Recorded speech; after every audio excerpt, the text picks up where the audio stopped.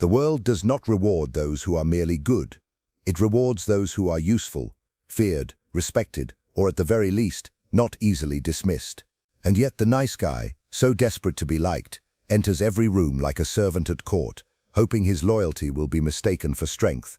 He believes kindness alone will earn him what power cannot. But kindness, when stripped of strategy, is merely weakness dressed in virtue's robes.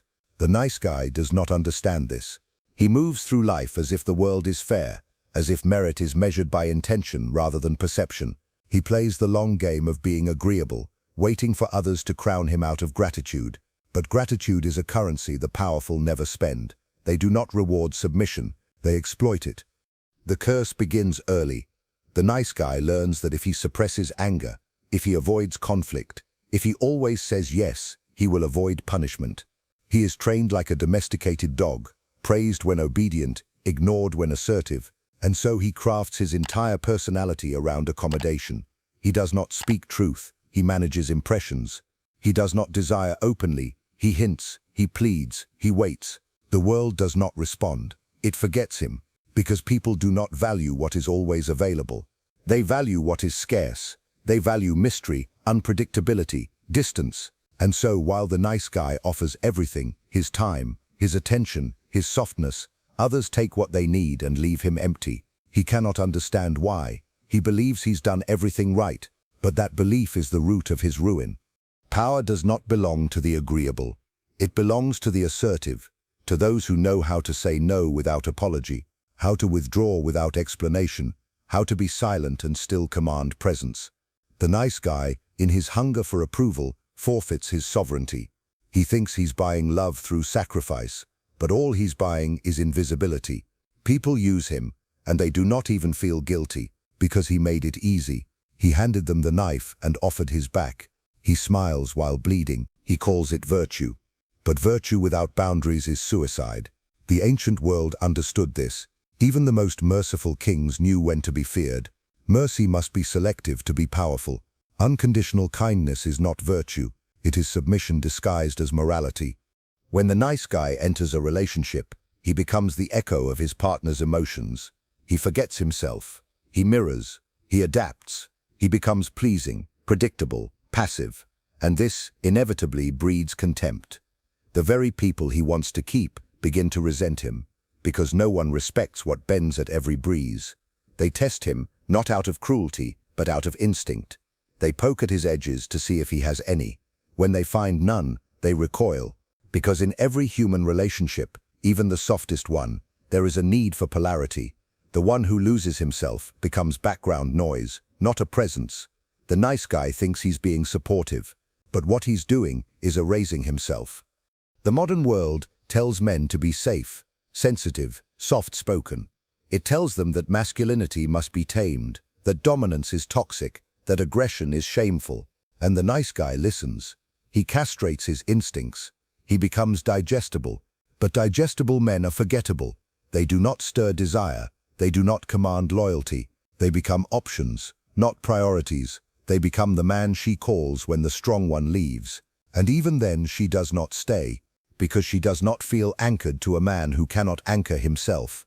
The nice guy offers emotional labor, validation, attention, but never weight.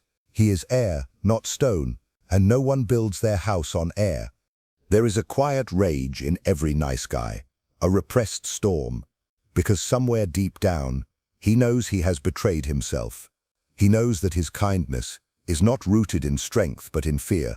Fear of conflict, fear of rejection, fear of being alone, but fear cannot be masked by good intentions.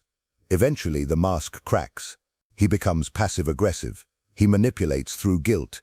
He expects reciprocation and resents when it doesn't arrive. He believes the world owes him for his goodness. But the world does not trade in emotions, it trades in power, and power is never given to those who posture as saints while seething inside. The Machiavellian truth is this: it is better to be respected than to be liked, better to be feared than to be pitied, better to be decisive than accommodating. The nice guy violates all three. He chases approval like a beggar chases coins, grateful for scraps, humiliated by his own dependence. And this dependence bleeds into everything. It corrupts his friendships, his ambitions, his romantic life.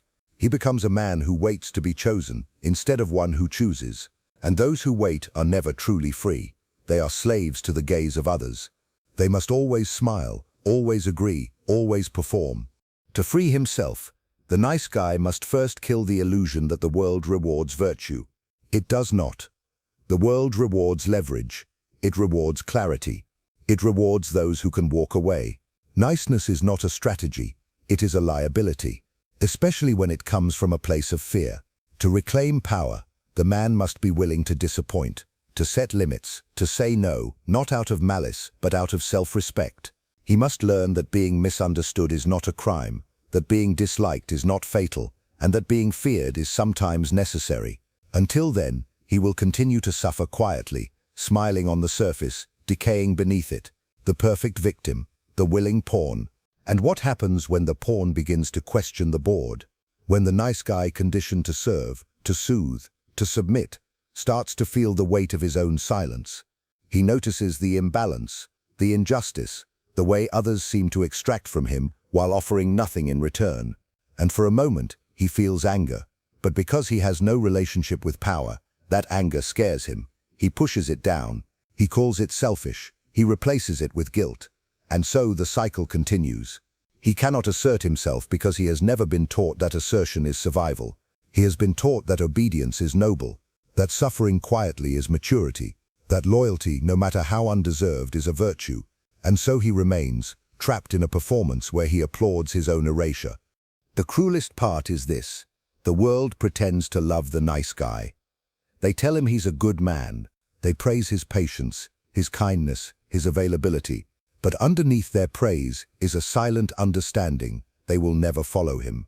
They will never choose him. They will never fear losing him. He is the emotional janitor, cleaning up everyone's messes while being too afraid to make any noise of his own. And when he finally breaks, when he dares to demand, to assert, to scream, no one listens, because they have never taken him seriously. He trained them to ignore him, and now he drowns in the very silence he created. Niccolò would tell you, if you must be loved, let it follow respect, never the reverse, because love without respect is seasonal. It is born of convenience. It dies at the first test. But respect, true respect, is earned through boundaries, through power, through restraint. The nice guy wants to be loved first. He hopes that love will then protect him from being mistreated. But Machiavelli knew better. He knew that protection is not granted to the weak out of sentiment. It is calculated, a cost-benefit analysis. People do not avoid hurting you because they care. They avoid it when hurting you becomes dangerous. The nice guy is never dangerous. He is disposable. And this disposability becomes obvious in crisis. When the nice guy needs help, few come. When he is honest about his needs, he is labeled dramatic. When he withdraws, no one notices, because he was never seen as a center, only a support. He exists in the background of other people's stories. He is the emotional scaffolding, never the architect. And even when he tries to change, when he begins to say no to be less available, he is met with anger. Not because people truly miss him, but because they miss the ease of using him. His boundaries disrupt their access, and they call this selfishness. But what they really mean is, you're no longer convenient. There is nothing noble about being convenient. A man who sacrifices everything for others without clarity or strength does not become a hero, he becomes a tool. And tools are valued only for their function. The moment they cease to serve, they are replaced. The nice guy thinks he is building loyalty through service, but he is only reinforcing dependency. Others become addicted to his yes, and addiction always turns to resentment. Because deep down, even they know, a man without limits is a man without value. And when you have no value, you are not protected. You are discarded, then forgotten. The modern world has confused morality with masochism. It tells you that to be good, you must be selfless to the point of exhaustion. That to be loved, you must abandon yourself. That to be accepted, you must betray your instincts. And the nice guy believes it all. He believes that if he suffers quietly, eventually, someone will see his worth. But this is fantasy. The world does not notice quiet suffering. It notices impact. It notices consequence. The man who demands nothing receives nothing. And that includes respect. Respect is not the result of virtue. It is the result of calibrated force, of clarity, of decisiveness. If the nice guy wants to be free, he must abandon the delusion that his kindness will one day be reciprocated by fate. Fate does not operate on emotion. It favors the bold, the strategic, the disciplined. Power is not seized by waiting politely in line. It is taken by those who understand human nature, who see that people respond not to virtue but to positioning. The one who can walk away controls the frame. The one who remains, hoping to be chosen, becomes ornamental, a piece, not a player, and no one respects a man who is always waiting for permission to exist. And yet, even when the nice guy starts to realize the depth of his own disposability, he hesitates. He second-guesses, because for so long, his entire identity has been built on the illusion that goodness guarantees safety, that if he just stays kind enough, quiet enough, soft enough, the pain will pass him by. But pain does not discriminate. Pain seeks the undefended. And the nice guy, with his emotional gates wide open and his spine politely curved, is always the first to bleed. The tragedy is not that others take from him. The tragedy is that he believes this is the price of love. That if he suffers enough, sacrifices enough, empties himself enough, someone, someday will finally choose him. But Machiavelli would tell you, those who are loved out of pity are never truly loved. They are pitied because they do not command value, and what is pitied cannot be respected. What the nice guy must understand is that the world does not give you what you deserve. It gives you what you negotiate, what you demand, what you enforce.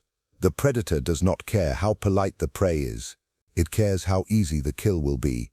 And when you do not defend your energy, when you do not protect your time, your dignity, your silence, you become easy to manipulate, easy to drain, easy to discard. And the worst part is, the more agreeable you are, the more others assume you have no inner world worth protecting, because you never fight for it. You never say, this is where I stop. You say, it's okay, even when it's not. You smile, even when you're suffocating. To break this curse, the man must learn something ancient. He must learn the art of distance, not detachment, not coldness, but strategic unavailability. He must understand that mystery breeds curiosity, that silence invites tension, that retreat is often the most powerful form of presence. The king does not explain himself to peasants. The commander does not ask the army for approval. But the nice guy explains everything. He overcommunicates. He tries to manage how others feel, how they interpret, how they react. This is not connection. This is control rooted in fear. A man who truly knows his value does not chase clarity from others. He creates clarity by withdrawing, by not reacting, by becoming the one they wonder about, not the one they depend on. The nice guy believes that absence will make him irrelevant. But the truth is the opposite. Constant presence dulls perception. When you are always available, always responding, always explaining, people stop listening. You become background noise, predictable, safe, replaceable. But when you are selective with your energy, when you disappear without apology, when you guard your time like it's sacred, suddenly, your presence carries weight.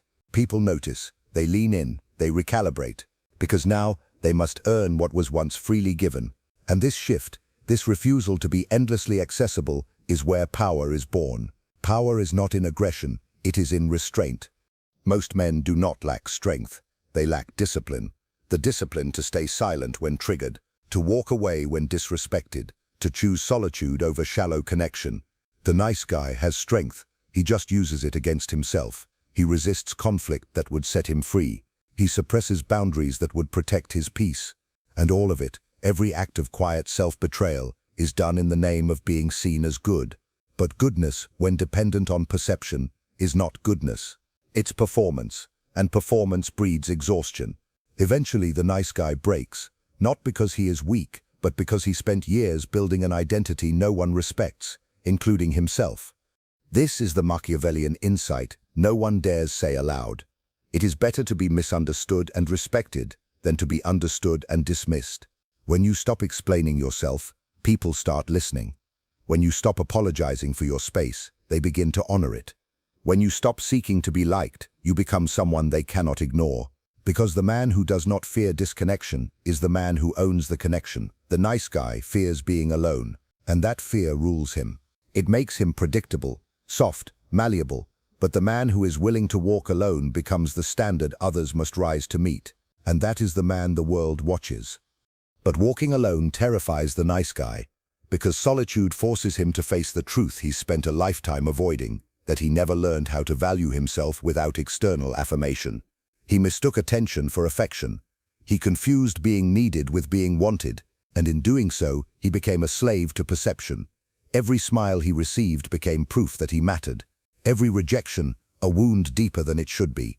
This dependency on validation makes him easy to mold, easy to guilt, easy to keep beneath those who offer him crumbs of affection. He calls it connection, but it is merely a leash, and that leash tightens every time he tries to pull away. He must unlearn the myth that being liked is the highest good, because being liked is transactional. It is conditional. It bends with mood and convenience. But being respected, being feared when necessary, creates stability. Not through tyranny, but through presence. The nice guy has no presence. He occupies space like a ghost, harmless, quiet, forgettable. And even when he speaks, he asks for permission with every word. His voice is not a declaration, it is a plea. But the world does not respond to pleas. It responds to certainty, to conviction, to the man who speaks because he believes, not because he hopes to be believed. There is a reason Machiavelli wrote for princes, not peasants. Because he understood that leadership begins with the internal, how a man governs his own instincts, his own impulses, his own fears. The nice guy has no inner kingdom. His throne is vacant. His boundaries are porous. He is ruled by the emotions of others, by their needs, their moods, their approval. This is not compassion, this is chaos. A man who bends to every feeling does not inspire confidence. He inspires doubt. Because if he cannot hold himself, how can he hold anything else? How can he be trusted with power, with intimacy, with consequence? And yet, the nice guy is often praised by those who benefit from his self-erasure. They tell him he's refreshing, rare, safe, but safe men are not respected, they are tolerated. No one follows the safe man into battle. No one confesses desire for the safe man in the dark. Safety is comfort. But comfort is not leadership, it is not strength, and it certainly is not masculinity. Masculinity is not brutality, it is direction, it is stability, it is the refusal to break under pressure. The nice guy breaks every time he is misunderstood, every time someone pulls away, every time he is not validated. He calls it sensitivity, but in truth, it is fragility, masquerading as virtue. To evolve, the nice guy must embrace the discomfort of being seen as selfish. He must become okay with being misinterpreted, disliked, even hated for the right reasons. He must learn to act without apology, to say no without explanation, to protect his peace without needing a defense. This is the beginning of sovereignty, when a man no longer performs for the crowd, when he no longer needs to be the savior, the healer, the predictable servant, because the truth is, most people do not want a good man. They want a strong man who is good by choice, not by compulsion, not by fear, not by addiction to praise. And once this shift begins, everything changes. The nice guy becomes quiet, but it is not the silence of fear, it is the silence of power. He moves less, but every movement commands attention. He speaks less, but every word becomes a weight, and people begin to notice. Not because he tries to be seen, but because he has finally seen himself. He no longer negotiates for space. He owns it. He no longer proves, he simply is. And that kind of presence cannot be bought, faked, or stolen. It is earned through pain, through loss, through the burning of an old identity that never served him. And as that old identity burns, the world begins to react, not with applause, but with confusion, resentment, and fear.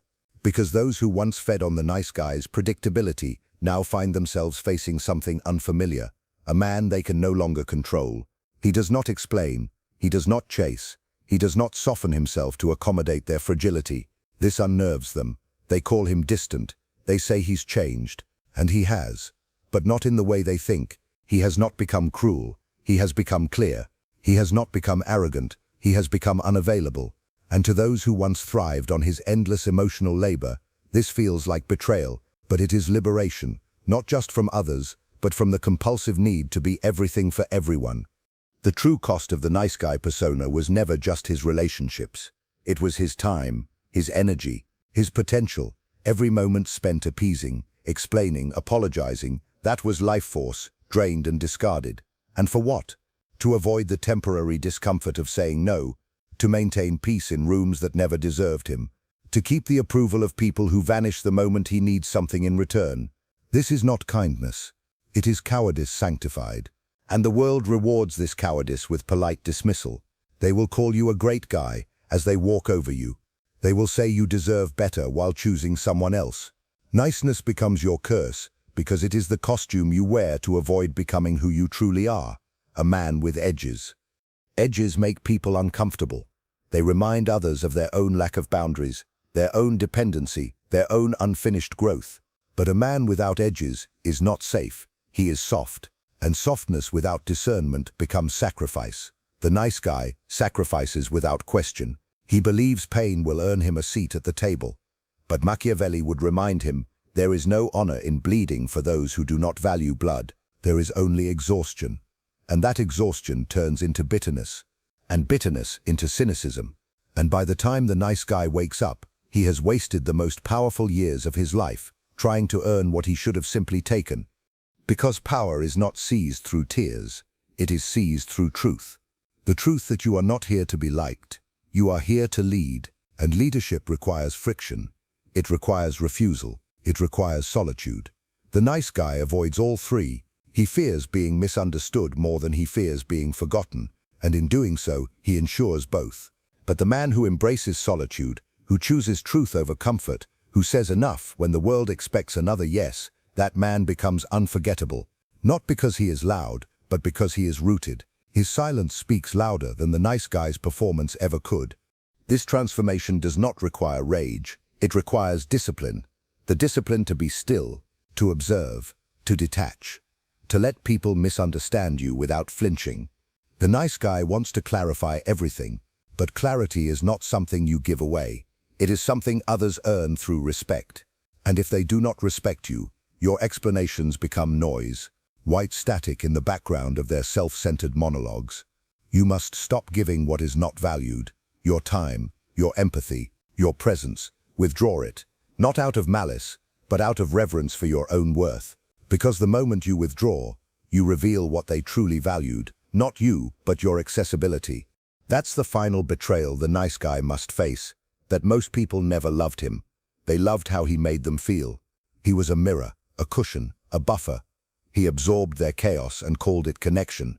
But when he stops absorbing, the illusion shatters.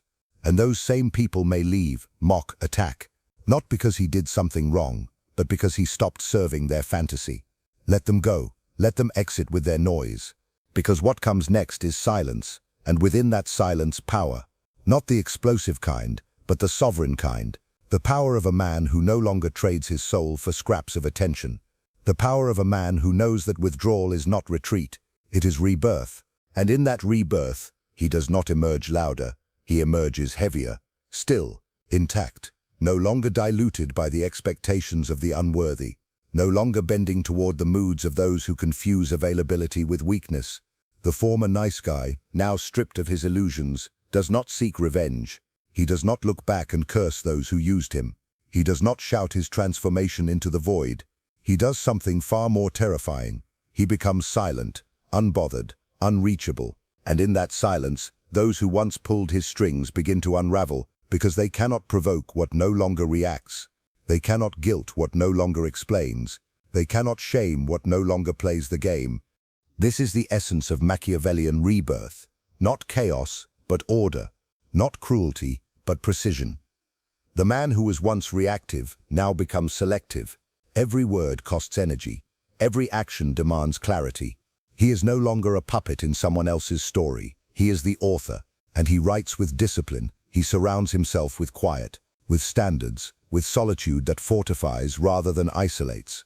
He no longer confuses access with intimacy. His love is now expensive, his attention earned. And because of that, it has weight. Presence without desperation, warmth without compliance, power without explanation. Those who come near him now feel the difference. They speak carefully, they listen fully, because they sense this man has boundaries made of steel, wrapped in velvet. He will not be provoked. He will not be rushed. He will not be captured by the projections of others.